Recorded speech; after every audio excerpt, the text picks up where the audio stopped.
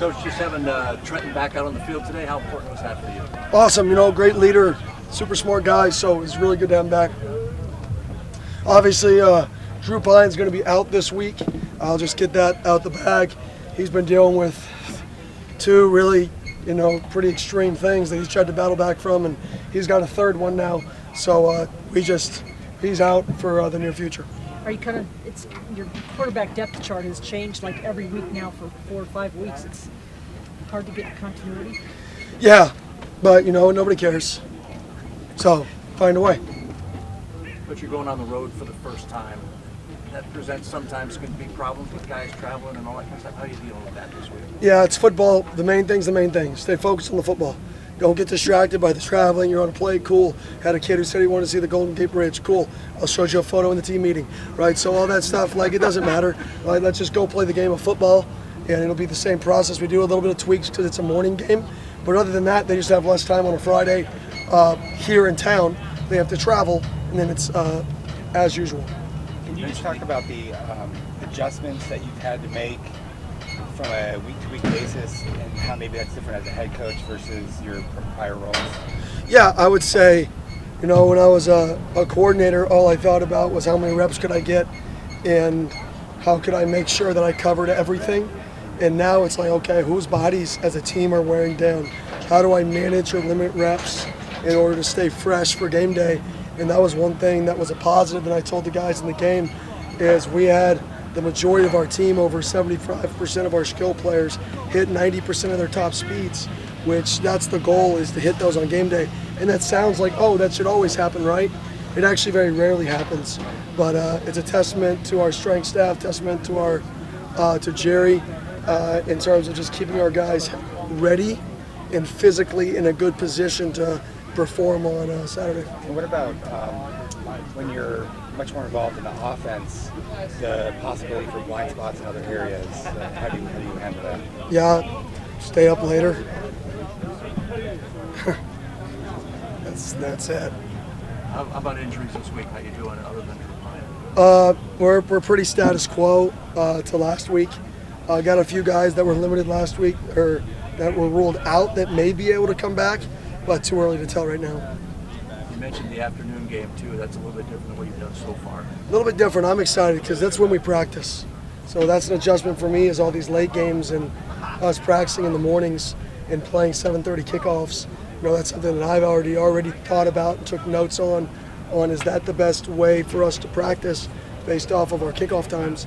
And if our kickoff times don't change, is that something that we need to tweak as a staff? And I need to tweak, being here in a place that gets more night games because of the heat and not as many day games. So I'm putting all those in a notebook, and we'll reassess all that after the season to see if there's a better way to win football games. Where is Trent now? I mean, obviously him being out last week and not practicing and now coming back this week, where is he in regard to where he was before he got hurt? Yeah, I would say full strength. I mean, not 95% to full strength. He looks great out there today. His arm looks fresh, to be honest. So maybe that time off, that last week not throwing, really rested his body, rested his arm, because his arm looks fresh. Those two teams battling for their first Pac-12 win. How tough do you anticipate this one? It's a tough one. I mean, if you look at, and I said this in my presser yesterday, the history of a Coach Wilcox coach team, they're in every game. Every game they're in. They play games. They always adjust. This is the ultimate chess match when you play this guy. And it's not a guessing match. They don't guess on defense. They make calculated jabs all game. And that's why they do such a good job. That's why he's the head coach there, is because he does such a good job on defense. And offensively, they're aggressive and they attack. So we got to limit the explosiveness. So this is a great challenge for us. I believe we're 13-point underdogs. So we got to go, play to the best of our ability. Coach, the offensive success against USC, have you seen that carry over into practice so far this week? Yeah, I don't want to sound wrong, but I don't want to use the word success. The offense's ability to be better, not to be confused with good. We were not good. We were better. I hope that continues. I hope we continue to get better, but I would not roll that as success. That's not how I would define a successful offensive performance. I would define that as a better offensive performance and nowhere to be confused with what I believe is a good offensive performance. But on the flip side of the ball, Defensively, I thought take away 3 plays. Take away a 3rd and 20. We MA a twist game and MA a coverage. Should have been match thirds, turned into true thirds. They throw a 4 verticals route into the seam. And there's a 3rd and 20, that's 7 points. And a low red zone call that should have been a TFL, and Caleb Williams became Caleb Williams, 11 points. So when you take away that, if you take away those 2 plays, and there's one more pick that you could argue too, but if you add just those 2 plays, 11 points, and you're holding them to, low 30s, 20-something points, that's a really good defensive performance. But that's the hard part about defense, is all it takes is 1 play. Offense, you can survive 1 play as long as it's not a turnover. Defense, you can't. So I think those guys played a good football game with a few mistakes that were catastrophic, and those are the ones that they're trying to fix. So the MAs are more inopportune times than a lot more than you would expect generally. Yeah, like what I told our guys in the meeting was our worst day on defense last week was 3rd down day. Our MAs came on 3rd down. So you practice how you play. So we had a good day of practice today on defense. We're going to come out and have another good day. And I'll say this, just one thing is we got to make sure that people understand how tough Shamari is, JC is, Joey Ramos is. Those guys are playing banged up. They're playing hurt. They're playing with bumps and bruises. They don't feel good, and they're battling their guts out. And I think that's one reason why our defense has had the success they've had, is there's a bunch of guys in our defense that are just tough. Play tough, practice tough, live tough. And I think that carried over to the game.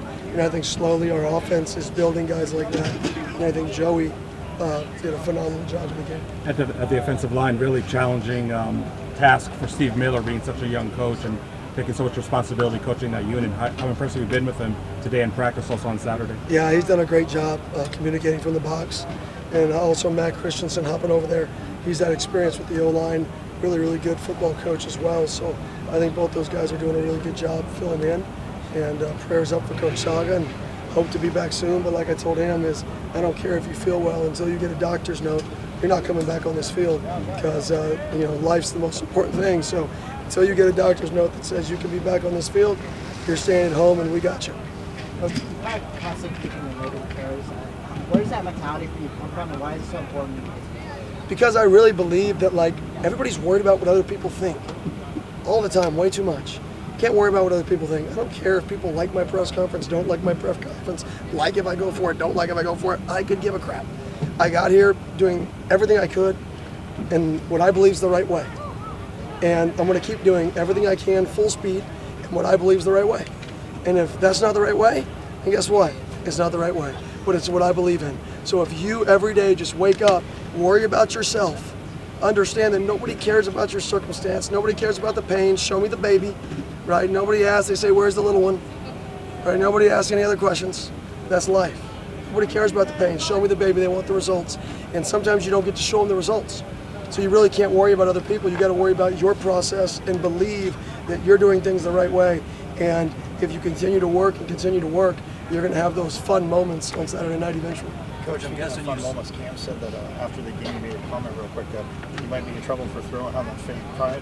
So was that scripted for him to throw, or did he just follow with Elijah and make the play? Yeah, completely designed. So if you're playing us, you better be prepared. We always have one of those. They look ad-libbed, but real plays built into the game plan. So always know I give him the freedom to do whatever he wants when he's as the punter in there. So just keep your head on a swivel. Did your heart drop when he threw it?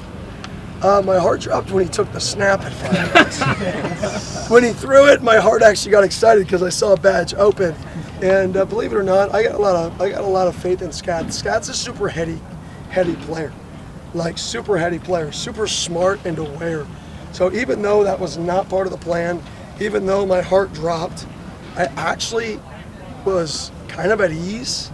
Because I'm like, if he did this, there's a reason, right? Now, I don't know how him and Badge were on the same page. That I want to discuss. but yeah, I have a lot of faith in Scat. That's why we let him take the snap a lot. Coach, I'm sure you saw the Notre Dame -1 player defensively in the last 2 series, 2 plays against Ohio State. Does that change anything you do practice-wise to be aware of those kind of things? No, I mean, That's been one of the things, knock on wood, that I've been pleased with. You know, we've been one of the least penalized teams in the Pac-12. We haven't had many substitution errors. We haven't had many false starts, many illegal men on the field. We've only had to burn one timeout due to a personnel and offense. That was my fault in week 2 or week 3, I can't remember.